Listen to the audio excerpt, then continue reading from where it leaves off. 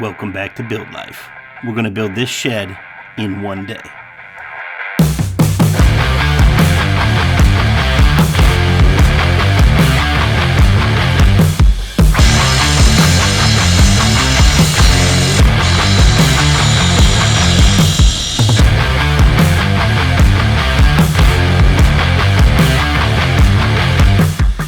Stripping the concrete forms and cutting some control joints in it with the concrete saw, we began to unload the trailer. We're unloading the trailer with some lifting straps and this boom I had made for my Kubota L4060. It's adjustable in and out. I did another video just on this boom. If you watch the video on putting these wall panels together, we put all of this door hardware on the door ahead of time and screwed it shut before we even cut it out so that it would transport better. Fingers crossed when we cut it open, it actually works. We'll start by working from the back to the front simultaneously with the walls as well as the trusses, being careful not to set something that we can't reach over.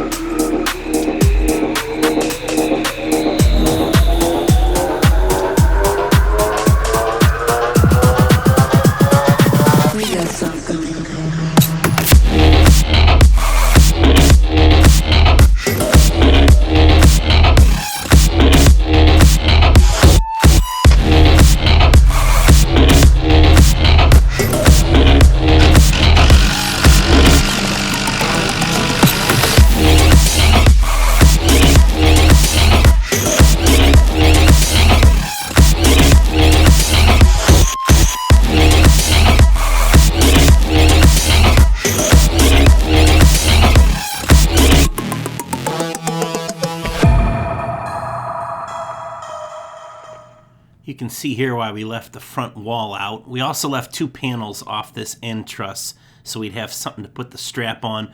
We're going to secure this 2x4 on edge to the wall using some timber screws. We've got to shim it around to make sure this end truss is plumb. All of the other trusses are going to be braced off this one. If your trusses are much bigger, if it's windy, if it's going to be a long time till you get the roof sheeted, you should take measures to do more of these or better bracing so your trusses don't fall down. These are 1/2 inch by 4.5 inch wedge anchors.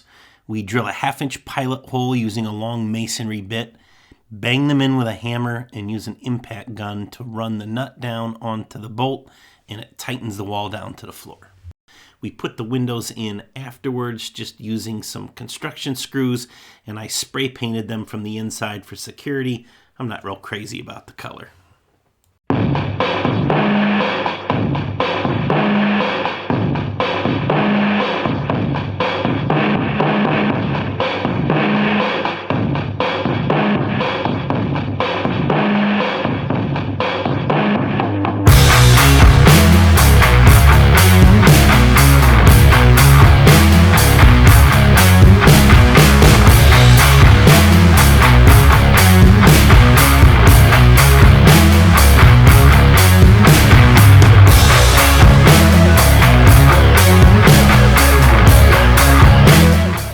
Just screwed some scrap wood to the plate and then into the truss. Here's a little better picture of it. The rest of the trusses after that first one, we could just screw up through the plate into the truss itself to hold it down.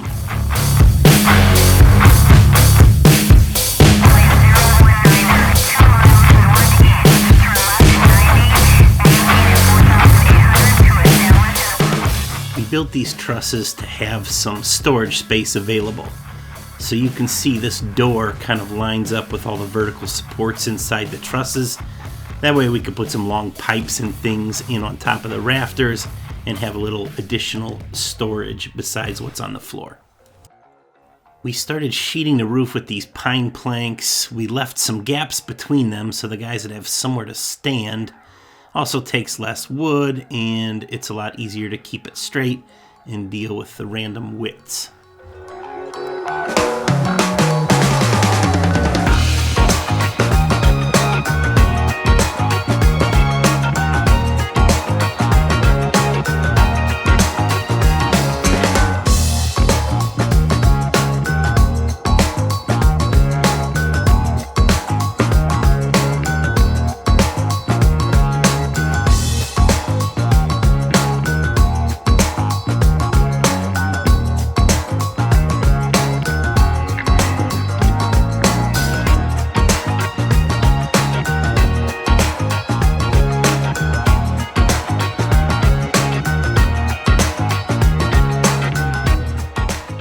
This is a nibbler. We use this to cut the metal. It cuts over the ribs, it cuts circles, it just chews through the metal like it's nothing. It's a very convenient tool. It is a little hard to keep it straight if you had a line that wasn't covered up by ridge cap or flashing or something like that, and you can only cut one sheet at a time. So if you've got something that really matters, a skill saw with a metal roofing blade, you could cut through 6 or 8 sheets at a time, but this works really well for this application.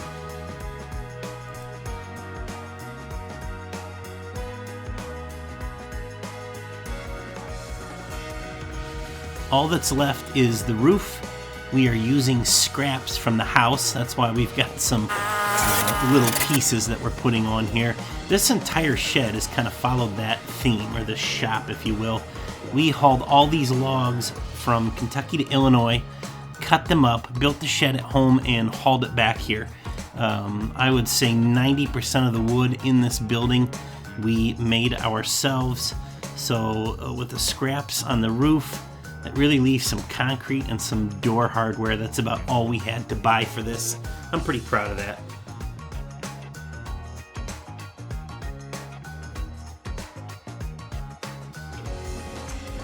So that's it, set up in one day.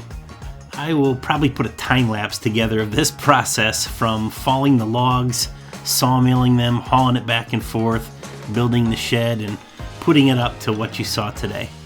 But anyways, I am pretty happy with this. I hope you guys think it's neat too. We'll see you on the next one.